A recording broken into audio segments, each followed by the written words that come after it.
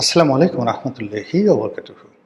সম্মানিত দর্শক, গত কয়েকদিনে বাংলাদেশে অদ্ভুত কতগুলো ঘটনা ঘটে গেছে পার্লামেন্টের ভিতরে এবং পার্লামেন্টের বাইরে। এবং রাজনীতিতে যে কথাগুলো অতীতে কখনো বলা হয়নি, সে কথাগুলো কিন্তু এই বাংলাদেশে বলা হচ্ছে। প্রতিটি ঘটনা আস্তে আস্তে আপনাদেরকে বলি। এক নম্বর হলো যে সংসদ সদস্য হাসনাত আবদুল্লাহ, আপনারা সবাই তাকে চিনেন। এনসিপি নেতা হাসনাত আবদুল্লাহ, তিনি পার্লামেন্টে বাপের দোয়া কমিটি, বাংলাদেশ ক্রিকেট কন্ট্রোল বোর্ডের সাম্প্রতিক সময় যে একটা অ্যাডহক কমিটি হয়েছে পরিচালনার জন্য, সেখানে তামিম ইকবাল সহ অন্যান্য যারা অন্তর্ভুক্ত হয়েছেন তার মধ্যে ৩ জন ব্যক্তি, নারী এবং পুরুষ, তারা কেউ স্বামীর পরিচয়ে এবং কেউ পিতার পরিচয়ে, ৩ জন না ৪ জন, মির্জা আব্বাসের ছেলে, সালাউদ্দিন সাহেবের ছেলে এবং আমির খসরু মাহমুদ চৌধুরী সাহেবের ছেলে, আর ববি হাজ্জাজের স্ত্রী ব্যারিস্টার রাসনা ইমাম। তো এদের যে অন্তর্ভুক্তি, এটাকে মশকারা করে হাসনাত আবদুল্লাহ পার্লামেন্টে বলেছেন বাপের দোয়া কমিটি। ভালো কথা। এখন এটা তো ইন জেনারেল সব বাপের দোয়াতে হয়নি। যেমন ৩ জন পুরুষ, আমির খসরু মাহমুদ চৌধুরী সাহেবের ছেলে, সালাউদ্দিন সাহেবের ছেলে, মির্জা আব্বাস সাহেবের ছেলে, বলতে পারেন যে ঠিক আছে, এই ৩ জন বাপের দোয়া কমিটির গুরুত্বপূর্ণ সদস্য, বাবার পরিচয় তারা সেখানে এসেছেন। কিন্তু রাসনা ইমাম তো বাপের পরিচয় আসেননি। তার বাবা একজন স্বনামধন্য ব্যারিস্টার আক্তার ইমাম, তো সেই পরিচয় আসেননি। তো তিনি স্বামীর পরিচয়ে এসছেন। তো এক্ষেত্রে আসলে বাপের দোয়া কমিটির ক্ষেত্রে রাসনা ইমামের যে অধিকার, সেটা ক্ষুণ্ণ হয়েছে। আমি এটা আর কিছু বললাম না, বরং এখানে যদি স্বামীর দোয়া কমিটি হতো, উনি যদি বলতেন, তরুণ একটু আগ বাড়িয়ে বলতেন যে বাপের দোয়া কমিটি, স্বামীর দোয়া কমিটি, তাহলে জিনিসটা সর্বাঙ্গীন সুন্দর হতো। এই বিষয়টা নিয়ে ভীষণ রকম যাকে বলা হয় ট্রল হচ্ছে, আলাপ আলোচনা হচ্ছে, এবং আমার কাছে সবচেয়ে দৃষ্টিকটু যে বিষয়টি মনে হয়েছে সেটি হলো যে এটার আবার কাউন্টার দিয়েছেন স্বয়ং সালাউদ্দিন সাহেব, যার ছেলে এখানে অংশগ্রহণ করেছেন। তিনি এটিকে হালকা করার জন্য বলেছেন যে মাননীয় সদস্য, আমরা তো আসলে মায়ের দোয়া জানি, কিন্তু বাপের দোয়া কমিটি বা এরকম কোনো কথাবার্তা তো কখনো শুনেনি। সালাউদ্দিন সাহেব আসলে স্মার্ট হওয়ার চেষ্টা করছেন, অনেক ব্যাপারে তিনি স্মার্ট, কিন্তু তার এই বক্তব্যটি আসলে স্মার্ট হয়নি। কিছু কিছু ক্ষেত্রে নীরব থাকতে হয়, সব ব্যাপারে রেসপন্ড করা যায় না। ইতিমধ্যে তিনি বাংলাদেশে যথেষ্ট বিতর্কের তৈরি করেছেন এস আলমের সাথে তার সম্পৃক্ততা, তার পরিবারের সম্পৃক্ততা, এবং তিনি নিজে তার স্ত্রীকে নিয়ে, তার সন্তানকে নিয়ে যেভাবে রাজনীতিকে একটা প্রাইভেট লিমিটেড বা ফ্যামিলি কোম্পানি করার চেষ্টা করছেন, এটা বাংলাদেশের মানুষ ভালোভাবে নিচ্ছে না। আমাদের দেশের রাজনীতি খুবই জটিল, এখানে আসলে দীর্ঘদিন সাস্টেন করাটা খুব কঠিন একটা বিষয়। সালাউদ্দিন সাহেব ছাত্র জীবনে কী রাজনীতি করেছেন আই ডোন্ট নো, আমি জানি না। তার ভিতরে রাজনীতির যে প্রজ্ঞা এবং পলিটিক্যাল যে অ্যাটিটিউড, সেটা কতটুকু আছে আমার কাছে দেখে সেটি মনে হয়নি। তিনি সিভিল সার্ভিসের একজন সদস্য ছিলেন, গ্রামের একটা মধ্যবিত্ত পরিবার থেকে আসছেন, দেখতে শুনতে ভালো, সবই ঠিক আছে, কিন্তু আমাদের যে ট্র্যাডিশনাল রাজনীতি, সেই ট্র্যাডিশনাল রাজনীতিতে তার যে উত্থান, এটা অনেকটা আলেকজান্ডারের মতো। এবং এখন তিনি বিএনপির ভেতরে এবং বাইরে সকল মানুষের আক্রমণের শিকার। এবং যখন আপনি কারো ঈর্ষার পাত্র হয়ে যাবেন, হিংসার পাত্র হয়ে যাবেন, এটা যদি ম্যাসিভ আকার ধারণ করে, তাহলে বেশি দিন টেকা যায় না। সালাউদ্দিন সাহেব যেভাবে এখন সংসদের ভেতরে বাইরে, দলের ভিতরে বাইরে, দেশে বিদেশে যেভাবে অনেকগুলো উইংস তিনি পরিচালনা করছেন, এই উইংসগুলোর প্রতিটাই তার জন্য বুমেরাং হয়ে যাবে। ফলে আজকের এই যে ভিডিও করলাম, এই ভিডিওটা করছি এপ্রিল মাসের ৮ তারিখে। জাস্ট ওয়েট ফর 6 মান্থ, 6 মাসের মধ্যেই আপনারা দেখতে পাবেন সালাউদ্দিন সাহেবের এই রমরমা অবস্থা আর নেই। এমনকি তার যদি দপ্তর পরিবর্তন করা হয়, এমনকি তাকে যদি দপ্তরবিহীন মন্ত্রী করা হয়, এমনকি যদি তাকে মন্ত্রিপরিষদ থেকে বাদ দেওয়া হয়, এটা এই সমাজে অস্বাভাবিক কোনো ঘটনা নয়। তিনি তারেক রহমান সাহেবের কত প্রিয়, কত আপনজন। তারেক রহমান সাহেবের কি ক্ষমতা, তার কি ক্ষমতা, তাদের চাইতে হাজার হাজার গুণ প্রেম ছিল, মহব্বত ছিল, ভালোবাসা ছিল বাদশাহ হারুন আর রশিদের সঙ্গে এবং তার উজিরে আজম জাফর বার্মেকির সঙ্গে। খুব বিখ্যাত কাহিনী। তো সেই জাফর বার্মেকিকে তিনি ভালোবাসেন এবং তারা বলতে গেলে জাফর বার্মেকির যে বাবা ইয়াহিয়া বার্মেকি খলিফা আল মনসুরের প্রধানমন্ত্রী ছিলেন, মানে বাদশাহ হারুন আর রশিদের দাদা। আর বাদশাহ হারুন আর রশিদের বাবা যে খলিফা হাদি, তারও প্রধানমন্ত্রী ছিলেন। তো হারুন আর রশিদ যখন যাকে বলা হয় জন্মগ্রহণ করলেন, তখন তার তত্ত্বাবধান, তাকে মানুষ করা, তাকে শিক্ষা দেওয়ার দায়িত্ব ইয়াহিয়া বার্মেকির উপর দিয়ে দিলেন হাদি না, ঠিক খলিফা আল মনসুর। তখন খলিফা মনসুর ক্ষমতা দেয়। এবং আজকে যে ইরানের রাজধানী যে তেহরান, তখন আসলে এই তেহরান নাম ছিল রে, প্রাচীন নগরী, এটার নাম ছিল রে, একটা গ্রাম ছিল, ইট ওয়াজ এ গ্রাম। এবং এই জায়গাটাতেই বার্মেকিরা বসবাস করতেন। এবং সেই বার্মেকিরা একসময় তারা শত শত বছর ধরে ভারতের রাজনীতি, মধ্যপ্রাচ্যের রাজনীতি, পারস্যের রাজনীতি, এই রাজনীতির ব্যাপারে পরিবারটা হাজার বছর ধরে তারা রাজনীতির যাকে বলা হয় মাস্টার মাইন্ড। তো সেই পরিবারে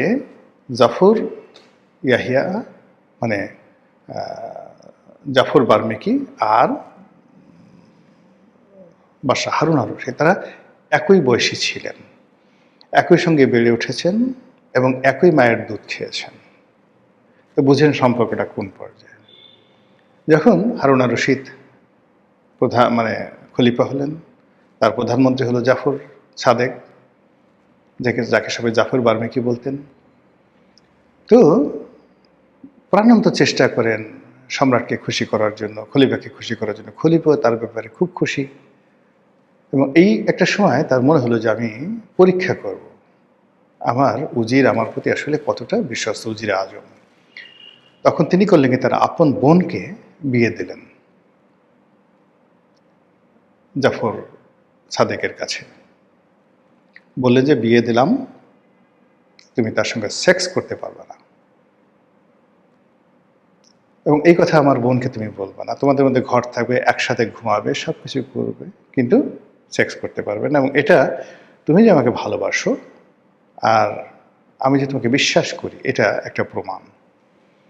তো বোঝার চেষ্টা করেন জাফর বার্মেকির উপর কি পরিমাণ মানসিক টর্চার। এবং একটা সময় তাদের মধ্যে সেক্স হয়ে গেল, বোন প্রেগন্যান্ট হয়ে গেল, বাদশা তাকে ধরে আনলেন, তুমি তো বিশ্বস্ত লোক নও। সঙ্গে সঙ্গে তার শিরচ্ছেদ করা হলো।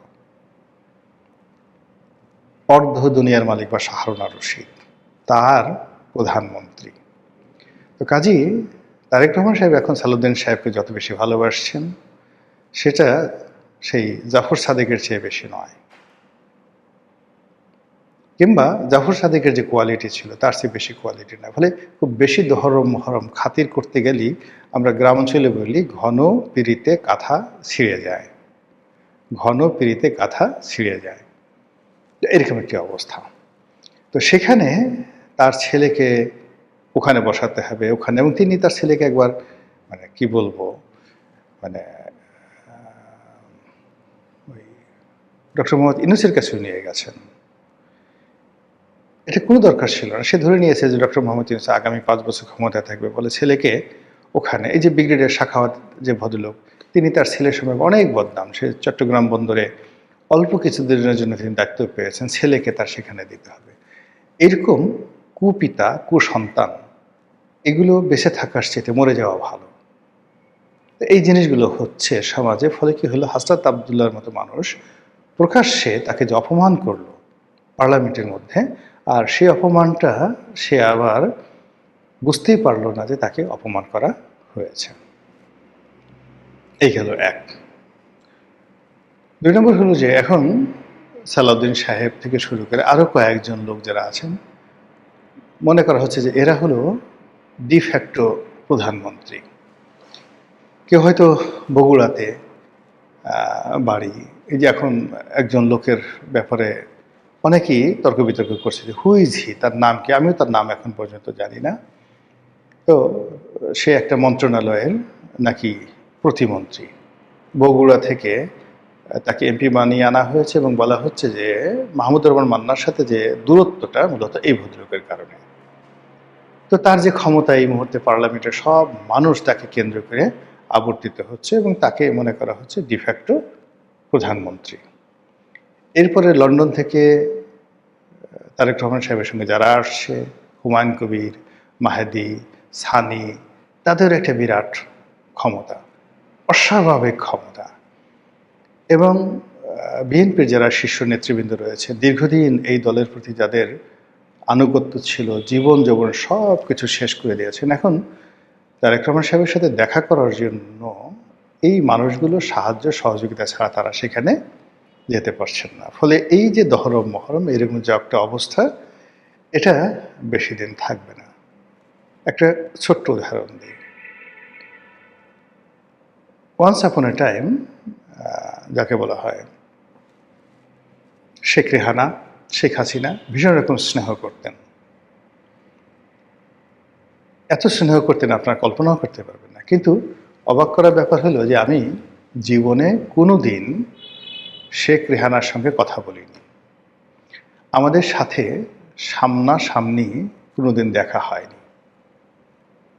অথচ মানে তিনি আমাকে এতটা স্নেহ করতেন যে আমি যদি তার কাছে গিয়ে কোনো বিষয় চাইতাম, আবদার করতাম, সঙ্গে সঙ্গে সবাইকে বাদ দিয়ে তিনি সেই জিনিসটি করতেন। কিন্তু আমি কখনো তার সামনে যাইনি। একই অবস্থা শেখ হাসিনা। তিনি আমাকে অস্বাভাবিক স্নেহ করতেন, কিন্তু কখনো কোনো অবস্থাতে তিনি একবার দুইবার আমাকে ডেকেছেন, ডাকার বাইরে কখনো তার সামনে যাই নাই। এমনকি পার্লামেন্টে আপনি দেখেন যে একটা ভালো বক্তব্য দিলেন পার্থ। তো পার্থবাবু বক্তব্য দিয়ে বক্তব্য পর্যন্ত ঠিক ছিল, কিন্তু সে বক্তব্য দেওয়ার পরেই তার পার্সোনালিটি সে হারিয়ে ফেলে সে সঙ্গে সঙ্গে পাগলের মতো সে প্রধানমন্ত্রী তারেক রহমান সাহেবের সামনে গেল এবং সে চাইল যে তারেক রহমান সাহেব তাকে কিছু দেখ, তাকে প্রশংসা করুক।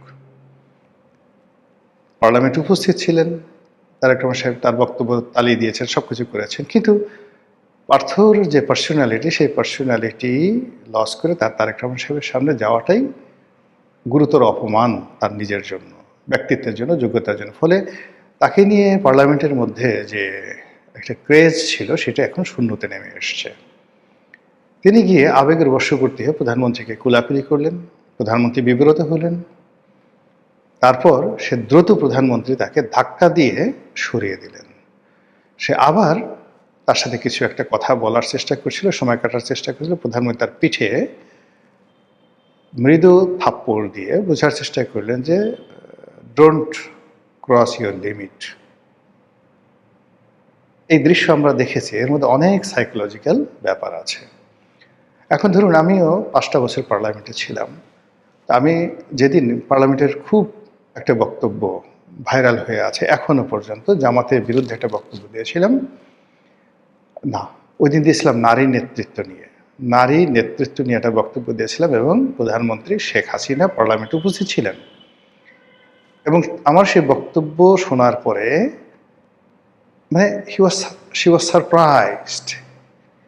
এত আপনারা দেখতে পারেন যে এতটা সারপ্রাইজ ছিলেন, পাগলের মতো তিনি আমার দিকে তাকিয়েছিলেন। ওখানে টেবিল থাপড়ানোর মতো কিছু ছিল না। বক্তব্য এমন একটা বিষয় ছিল, আমি সেই হাজার বছরে সেই ক্লিওপেট্রা থেকে শুরু করে সেই যে বক্তব্য নারী নেতৃত্ব কিভাবে আসছে, কোরআন দিয়ে, হাদিস দিয়ে, ইজমা দিয়ে, কিয়াস দিয়ে এমনভাবে বলে গেছিলাম, হয়তো আল্লাহ আমার মুখ দিয়ে বের হয়ে গেছে। উনি মন্ত্রমুগ্ধের মতো মানে শুনছিলেন। কই আমি তো দৌড়ে তার সামনে যাইনি, কোনোদিন যাইনি। 5টা বছরে একদিনও মানে অধিবেশন শেষ হলে সবাই করতে কি দৌড়ে তার সামনে যেত সালাম দেওয়ার জন্য, লাইনে দাঁড়িয়ে থাকতো, যার সঙ্গে সালাম দিত। জীবনে একদিনের জন্য যায়নি। কিন্তু আমার প্রতি তো ওনার স্নেহ কখনো কমেনি, আকর্ষণ কখনো কমেনি। আর যারা এইভাবে দৌড়ে গেছে, দৌড়ে যাওয়ার ফলে কেউ মন্ত্রী হয়েছে, দৌড় দিয়ে কেউ অনেক কিছু হয়েছে, একমাত্র আবুল হোসেন সাহেব ছাড়া আর কারো ভাগ্যে এই ধরনের ঘটনা ঘটেনি। তো এইরকম আসলে কি হলো কি, যে ক্ষমতা কেন্দ্রিক যে দৌড়াদৌড়ি, ক্ষমতার জন্য ছুটোছুটি, বা আপনার কোনো যোগ্যতা নেই, কেবলই মাত্র অন্যের দয়া বা করুণার ফলে আপনি কিছু একটা পেলেন, তখন যিনি কর্তা মালিক, তিনি যখন চাইবেন তখন সেটা আপনার হাত থেকে ছিনিয়ে নেবেন। এভাবে কত মানুষ, অযোগ্য মানুষ মুহূর্তের মধ্যে রাজা হয়েছে, আবার জমিনে ফিরে এসেছে, মন্ত্রী হয়েছে, আমির হয়েছে, ওমরা হয়েছে। একই অবস্থা এই পার্লামেন্টে যাদের এমপি হওয়ার যোগ্যতা ছিল না, তারেক রহমানের দয়া হয়েছে, মন্ত্রী হওয়ার কোনো যোগ্যতা নাই, দয়া হয়েছে। এখন সেই দয়া হওয়ার কারণে তারা পাগলের মতো আচরণ করছেন প্রধানমন্ত্রীকে খুশি করার জন্য, কিংবা প্রধানমন্ত্রী তাকে দয়া করেছে, না জানি কি হয়ে গেছি সে দাপট দেখানোর জন্য অসংখ্য শত্রু তৈরি করে ফেলেছেন। আর এই যে শত্রুতার ফলে কি হলো, তাদের এই পদ পদবি থাকবে না। আর আমার যে ব্যক্তিগত অভিজ্ঞতা, দেখুন, আমরা অনেক অনেক ভালো কথা জানি, অনেক ভালো কথা শুনি, কিন্তু এগুলো আসলে মান্য করাটা সবচেয়ে বড় ব্যাপার। একটা বিখ্যাত কথা আছে, জ্ঞানের সবচেয়ে বিপজ্জনক দিক হলো প্রয়োজনের সময় জ্ঞান মনে না আসা। আর তার চেয়ে বড় বিপদ হলো আপনি জানেন কিন্তু আপনি মান্য করেন না। ভীষণ রকম। তো শেখ হাসিনার সঙ্গে আমার যে সম্পর্ক, সেই সম্পর্ক নিয়ে একদিন ওবায়দুল কাদের সাহেব আমাকে একদিন বললেন যে, রনি, তোমাকে একটা কথা বলি, তুমি শেখ হাসিনার সামনে আসলে বেশি যেও না। এমন কেন কেন কেন? উনি আমাকে খুব স্নেহ করতেন। বলে কেন কেন কেন? বলে যে আসলে মূল ব্যাপার হলো যে উনার আসলে সব কথা মনে থাকে না। ধরো তোমার সঙ্গে একটা কথা বললো, লিখে রাখলো, সব কিছু করলো, তো সেই কথাগুলো পরবর্তীতে আসলে মনে থাকে না। উনি আমাকে এই কথাগুলো বলেছিলেন 2004-5 সনে। কিন্তু যেই মুহূর্তে তুমি তার কাছে যাবে এবং সে তোমাকে পিক আপ করবে, পুরো হাউস তোমার বিরুদ্ধে চলে যাবে, তোমাকে হিংসা করবে, এবং সবাই তোমার কাছে টাকা চাইতে আসবে, স্বার্থ চাইতে আসবে, পদ পদবি চাইতে আসবে, আর তুমি আর কিছুই দিতে পারবে না। তখন গিয়ে তারা উল্টো শেখ হাসিনার কাছে তোমার বিরুদ্ধে কান ভারী করবে, তোমার চাকরি থাকবে না। ওবায়দুল কাদের এই কথাটা আমি একেবারে এখন পর্যন্ত অক্ষরে অক্ষরে মান্য করি। ফলে কি হলো, কোনো ক্ষমতাধর লোক, মানে একজন লোকের সাথে আমার খুব ভালো বন্ধুত্ব, এই যে এখন যারা মন্ত্রী হয়েছেন বা আওয়ামী লীগের আমলে যারা মন্ত্রী ছিলেন, প্রায় সব মন্ত্রীর সঙ্গে আমার ব্যক্তিগত সম্পর্ক, তাদের দুঃসময় তারা সবাই আমার কাছে এসছে। আমার একটা ক্যারেক্টার হলো আমি সবসময় মজলুমের পক্ষে থাকি, ছোটোকাল থেকেই। কোনো মানুষ বিপদে পড়ছে আমি এগিয়ে যাই, না ডাকলেও এগিয়ে যাই। ফলে অনেকের সাথে বিপদের দিন আমার খুব বন্ধুত্ব হয়।